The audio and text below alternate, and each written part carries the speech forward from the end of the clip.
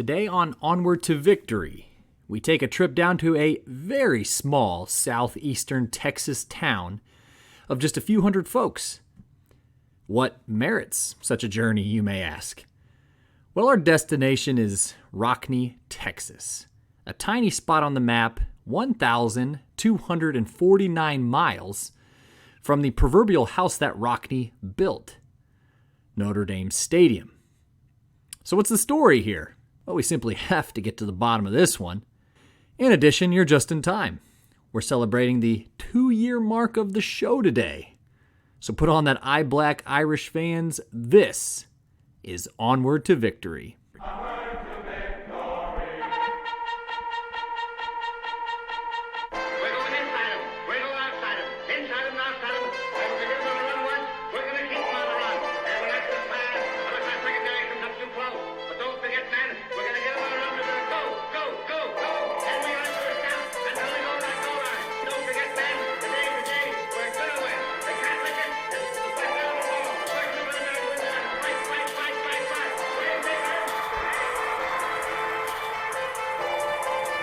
Hello, football fans, and welcome to Onward to Victory, a Notre Dame football podcast. My name is Alex Painter, and I am the host of this show, and this here is episode number 45. Now, I have a really fun episode for you today, in which we will jump into here in just a couple minutes. But first, I wanted to thank you, yes, you, for joining me here today for yet another serving of Fighting Irish history and lore. Trust me, for this episode, you're not going to regret tuning in. It's a really fun one. And even with a show that kind of prides itself on being a little different, but this one really kind of is, as far as what we are accustomed to doing around here. And every once in a while, I'm able to, thankfully, sit back and kind of reflect on how much this show really means to me. I do almost all of the research, writing, producing, promoting, all that kind of stuff. And it really is an absolute labor of love in really putting together each episode is. And, you know, I'm not a full-time podcaster. I wish I was.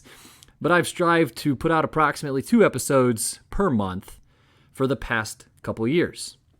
But speaking of the last couple years, I am thrilled to let you know, just in case you're stumbling onto this show for the very first time, that this 45th episode in show history represents the 2-year mark that I've been doing this. 2 years, 45 episodes, as I kind of alluded to in the show introduction. So, sincerely, thank you all. I will try to comprehend what all of that means during the show wrap. I'll kind of walk you through the early history of the show. So, it would truly mean a lot to me if you stuck around and made it to the show wrap-up. Not just for what I think is the really interesting early history of this show that you're listening to right now, but also I'm going to be doing a giveaway to commemorate the 2nd anniversary of the show with a very episode-relevant prize. And I'll be giving instructions for entry into that contest during the show wrap. So stick around. If not anything else, you get to hear some really cool information about the show, but you might also learn how you could win something. Now, if you haven't already listened in, and I know many of you have, because it has quickly become very popular, actually among the most popular episodes I think I've ever done here, jump back and listen to the Memorial Day Remembrance Special. It was incredibly rewarding to put together, and I think it's a really good listen, and it's really relevant regardless of when you listen to it, even if it's not Memorial Day. So if you haven't heard that one yet, please go back and listen to it. And remember that if you really love the show and you are looking for ways to support it, well, here you go. I am selling t-shirts, coffee mugs, and other things. Go over to the Facebook page to check them out. And if you're not of the Facebook persuasion, do not fret. Send the show an email at onwardtovictorypodcast@gmail.com, and I will send you a catalog or what the merchandise I have available. All proceeds will support the show and also a soon-to-be-named nonprofit organization. I've got it narrowed down to a couple, and I probably will crowdsource you all to see which ones you think we should kind of lean towards. But if you have an Onward to Victory shirt, don't hesitate to snap a photograph of yourself wearing it and send it to the show, whether by Facebook or email. I'd appreciate seeing it. So yes, there is the merch, but there is also the Onward to Victory Consensus All-American program, which consists of the kind-hearted folks, both past and present, who have donated to the show and have really, honestly, kind of kept the lights on and kept me motivated to continue, and I really, really appreciate that. I would like to give a very warm and special thank you to my pal, Michael Finan of Rutherford, New Jersey, who is a huge sponsor and supporter of this show. Thank you so very much. And another thank you to fellow Consensus All-American Brad Glazier of Williamsburg, Indiana, who has one of the coolest Irish collections this side of Augie's locker room.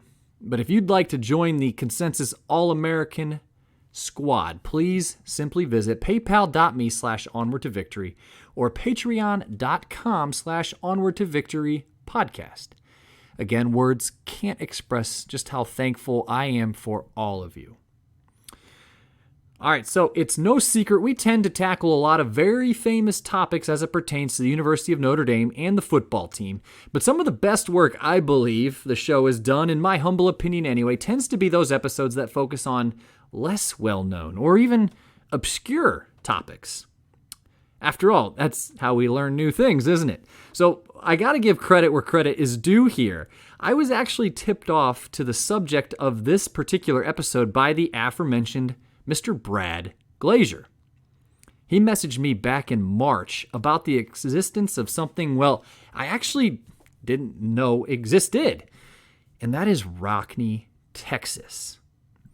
Brad said he was in that particular part of the country for work, and while trying to find directions to the Rockne crash site, which is on private property, by the way, just in case anyone finds themselves out there, the GPS on his phone actually wanted to take him to Rockne, Texas.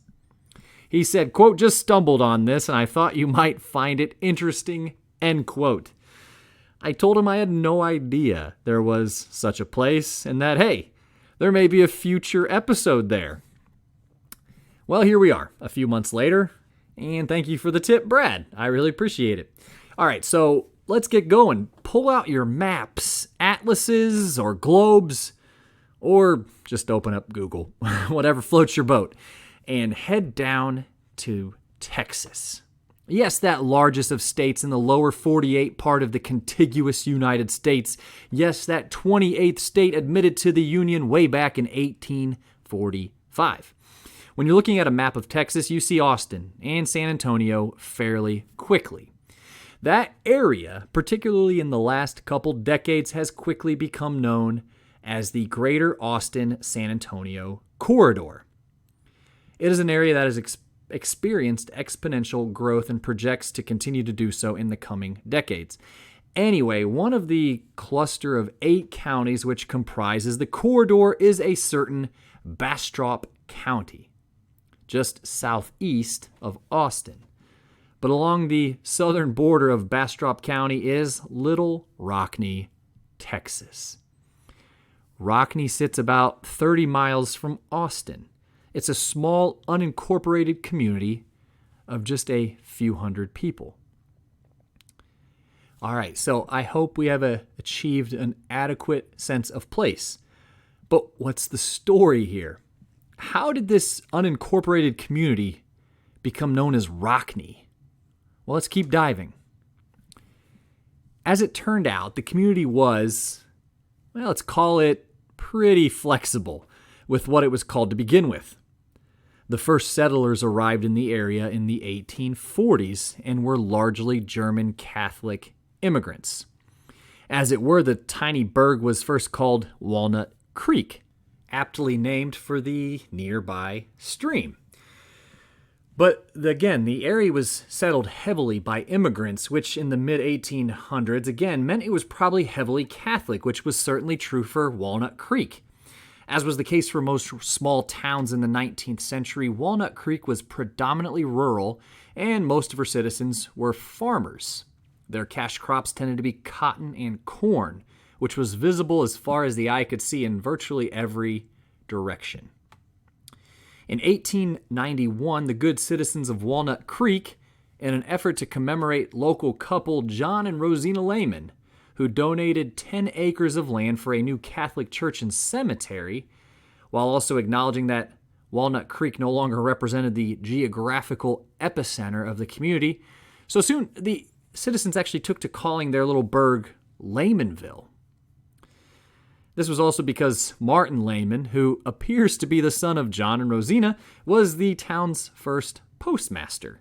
So Martin seemed like a logical choice for the role since the town's first post office was located inside Layman's general store. So pretty fitting, right? So we've gone from Walnut Creek to Laymanville based on, yes, some very prominent citizens.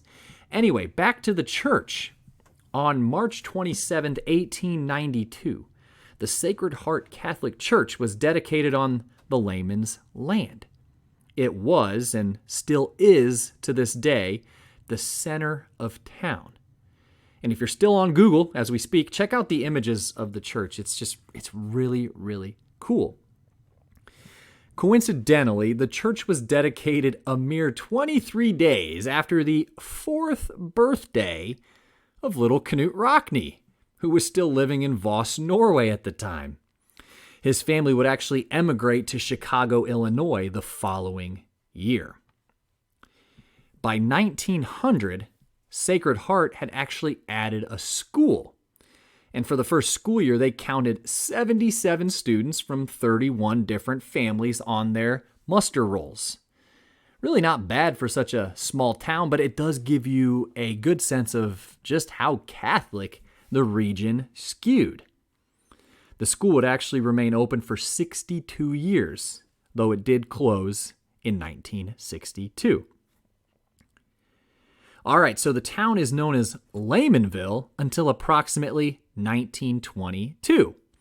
It was that year that W.M. Hilbig and Sons General Store opened, and it must have been quite a draw, for the town formerly known as Walnut Creek and Laymanville changed its name once again.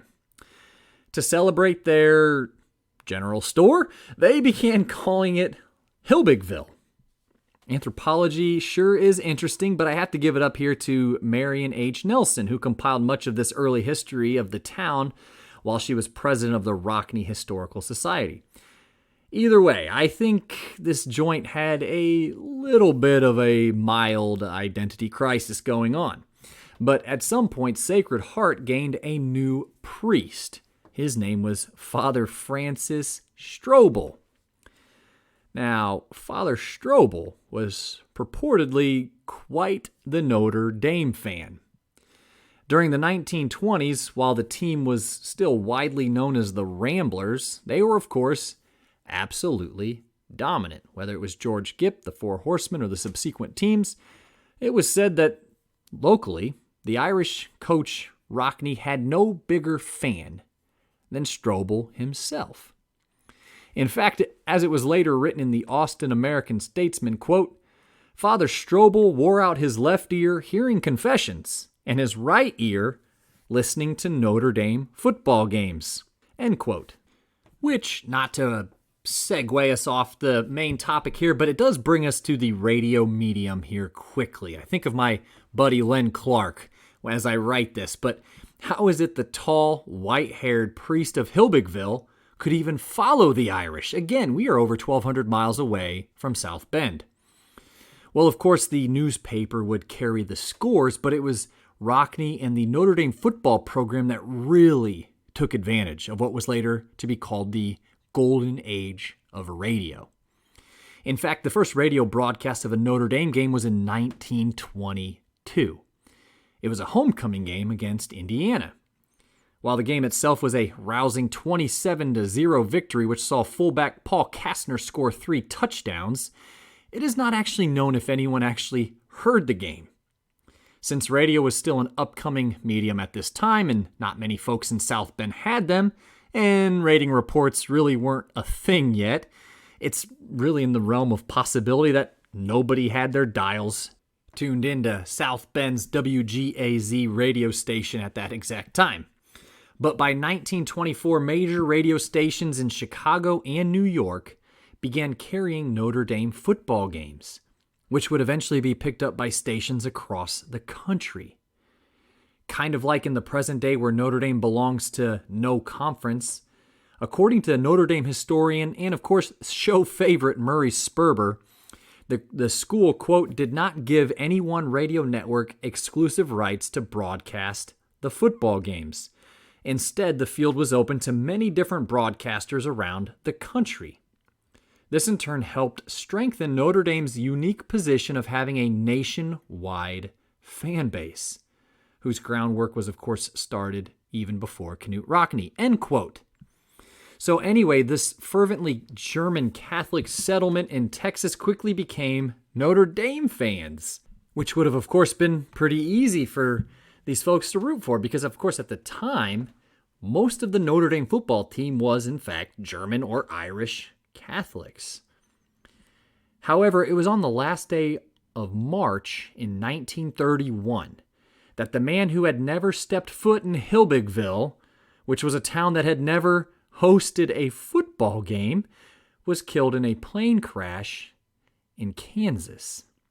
That man, of course, was famous Notre Dame football coach Knute Rockne. So the town of Hilbigville was due for a new name. I suppose you could say a more permanent and official one.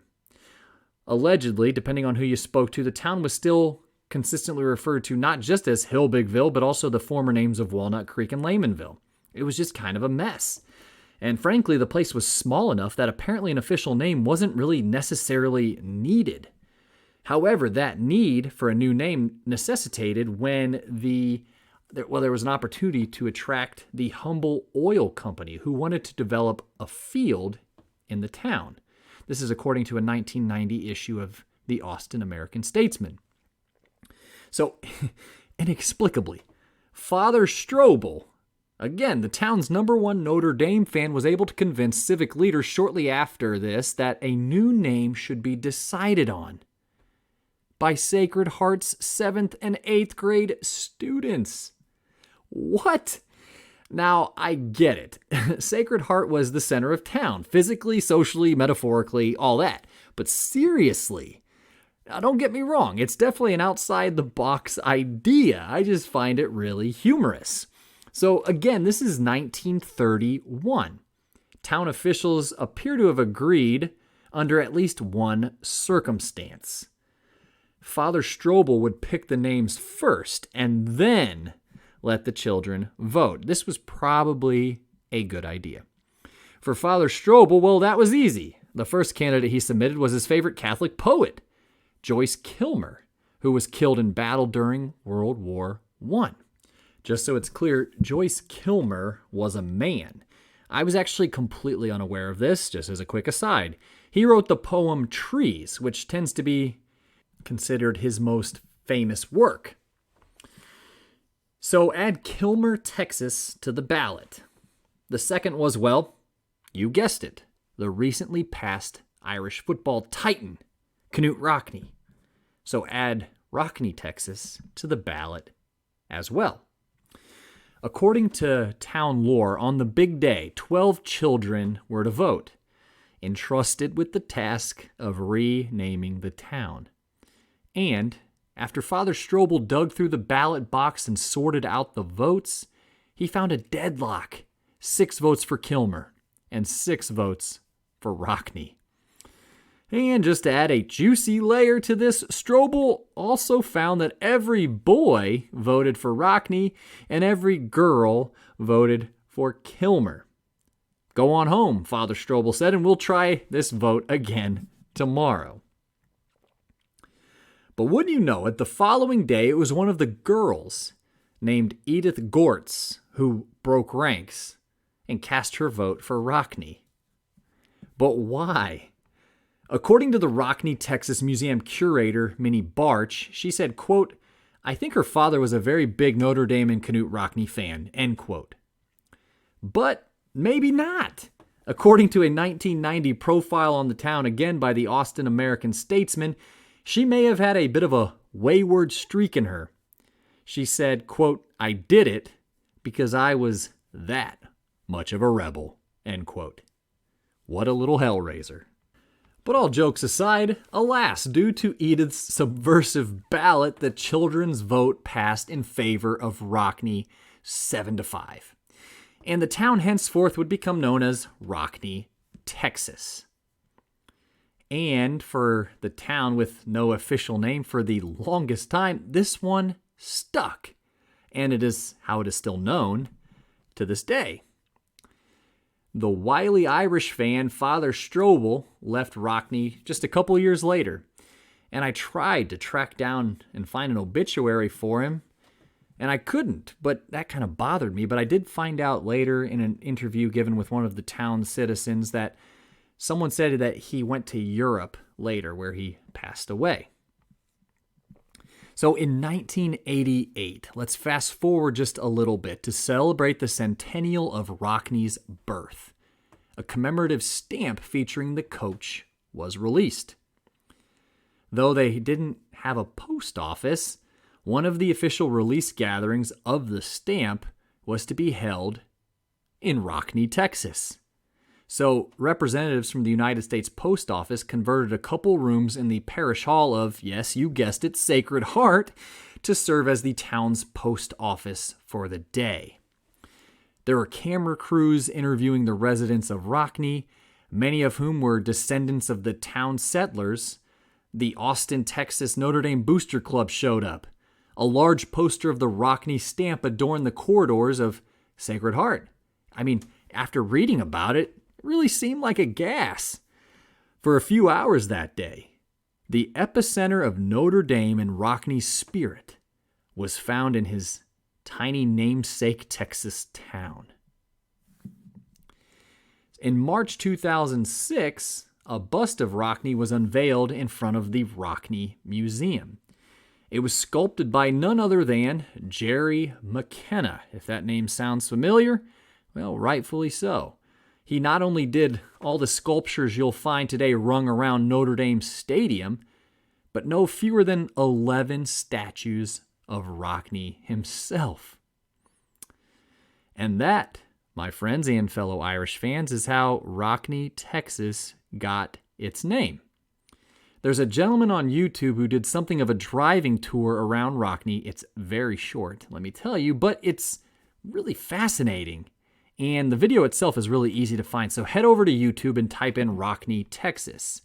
It's actually among the first results you will find. And just to give you a heads up, the creator is named Boondocking with Dennis. I think he goes to a lot of small towns and he kind of documents his travels. But it's fascinating. And if you made it this far in the episode, well, you will actually be able to put together all the pieces that Dennis is talking about very quickly. But who knows? Maybe you will soon be planning your next family vacation to none other than Rockne, Texas. And I'll be right back.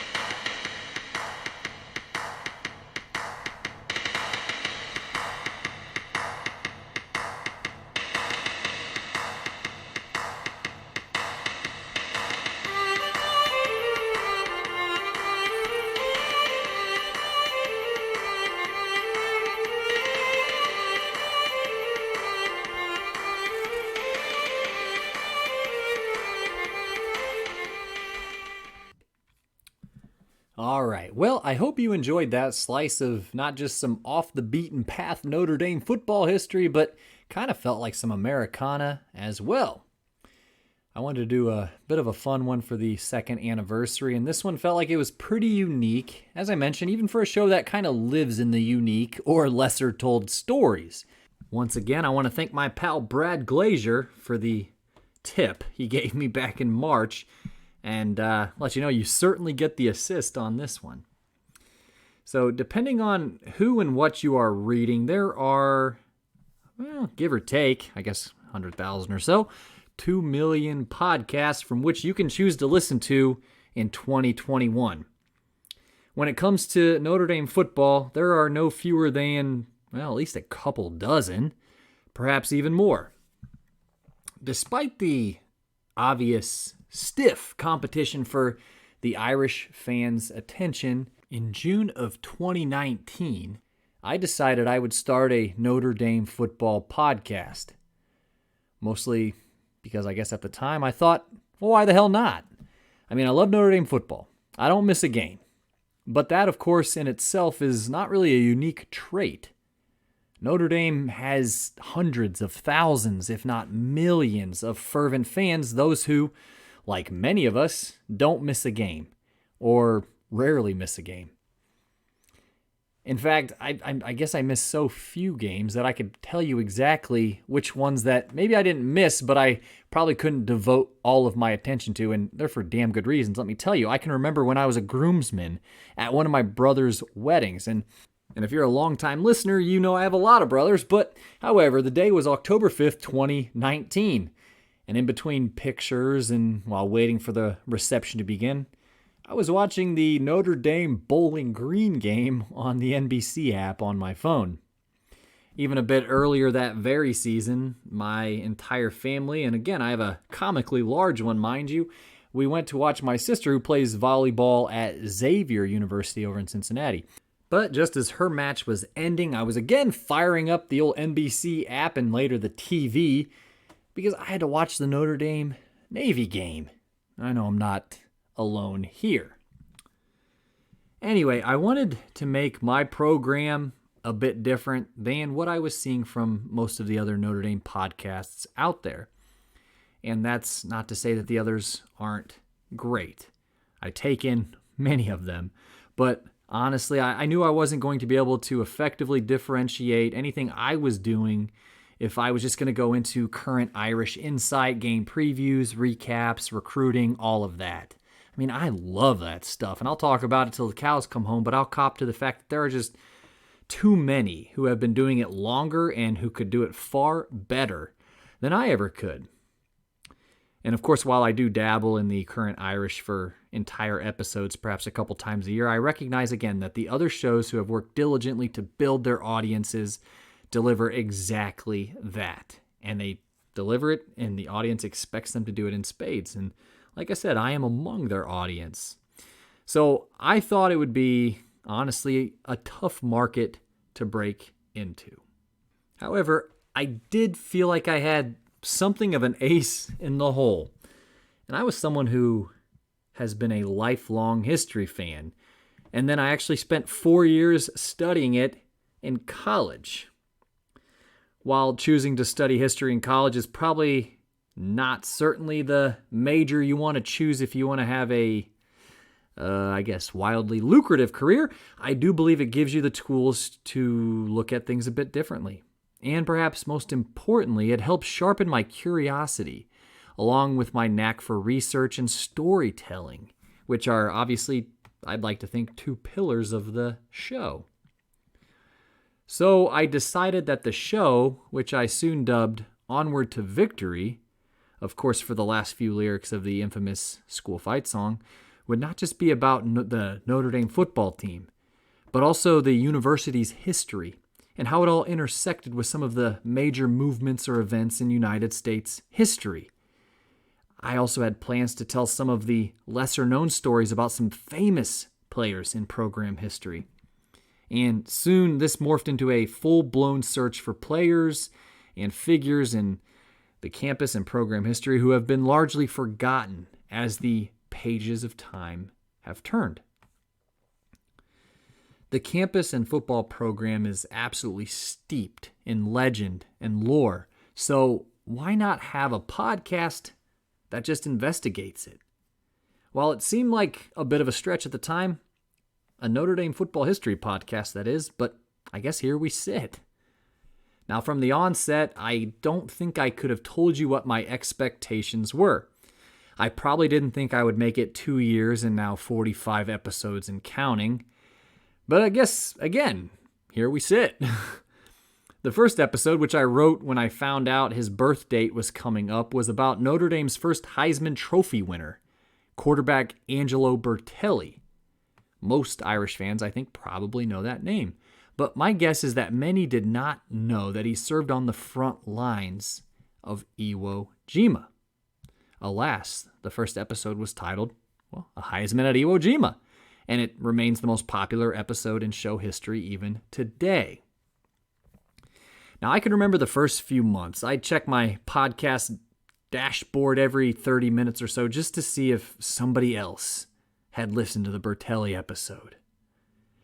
Frankly, I was thrilled to have 33 listens that first month, June 2019. I kept a notebook nearby with anything that could resemble a show idea, which I scratched notes in furiously as they kind of came to my head. And since I'm continually reading up on Notre Dame, some of the ideas came pretty quickly and easily. What's the story with the Father Ted and Martin Luther King Jr. photograph? Well, that was episode 6. Man, who knew that the first Notre Dame mascot was an Irish Terrier? That was episode 7. Whoa, was it possible that Coach Rockne's plane was down by the mob? Episode 10.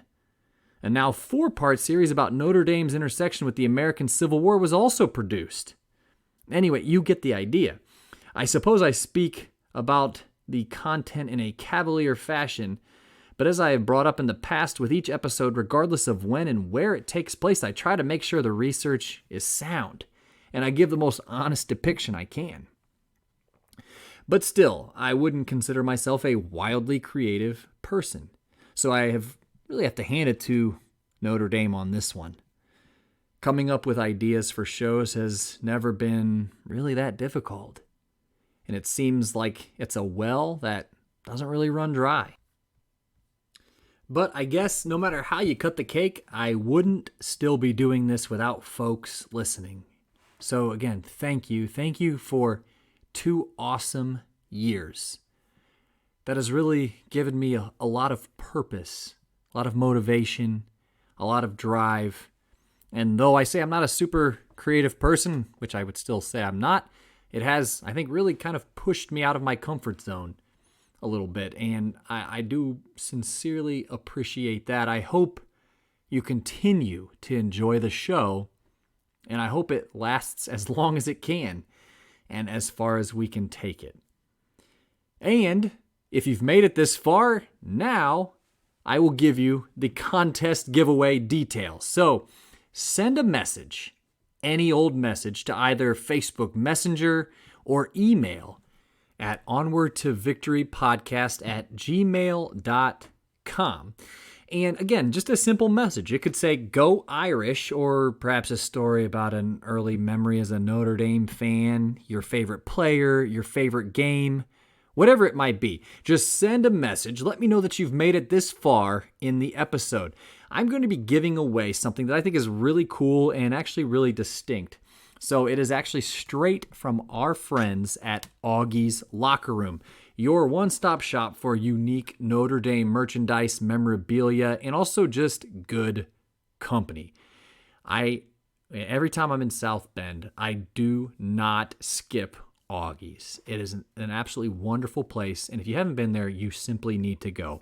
But this is from our friends at Augie's Locker Room. It is a postcard of the 1988 National Championship team. However, what makes it really cool is on the back has not only an autograph of the nose tackle of the team that year, future NFL star Chris Zorich, but also, if you remember from the episode when Rockne, Texas opened up that de facto post office for a day to actually distribute the Rockne stamp. It's a 22-cent stamp. There is a 22-cent commemorative Knute Rockne stamp affixed to this postcard. So not only is it just a cool postcard of the 1988 team autographed by Chris Zorich, but it also has the commemorative stamp. Talk about the trifecta. So all you have to do is send the show a message. And I will, if it's okay, and if it's not okay, let me know. I will probably read all of the messages in a future episode, just because I think it's cool to share those kinds of things. So please do. I would really appreciate hearing from you. And with that, I reckon it's time for me to sign off. Again, thank you to all the Consensus All-Americans, my pals, Michael Finan of Rutherford, New Jersey, and Brad Glazier of Williamsburg, Indiana. Special thank you to Joseph Rakish, whose song Knute Rockne serves as the show's theme song. Yeah, just as a quick aside, Joseph was one of the first people I reached out to when I was doing this show, and I was kind of doing the plotting and planning for it. And he was more than willing to let me use the song. One of his songs is the theme song, so I still greatly appreciate it. Go over to Spotify, iTunes, SoundCloud, YouTube, however it is that you digest music, and put Knut Rockne by Joseph Rakish on your playlist. You certainly won't regret it. So this has been Onward to Victory, a Notre Dame football podcast going, I can't believe it, 2 years strong. And in kindness, I'm your host, Alex Painter. And as always, go Irish.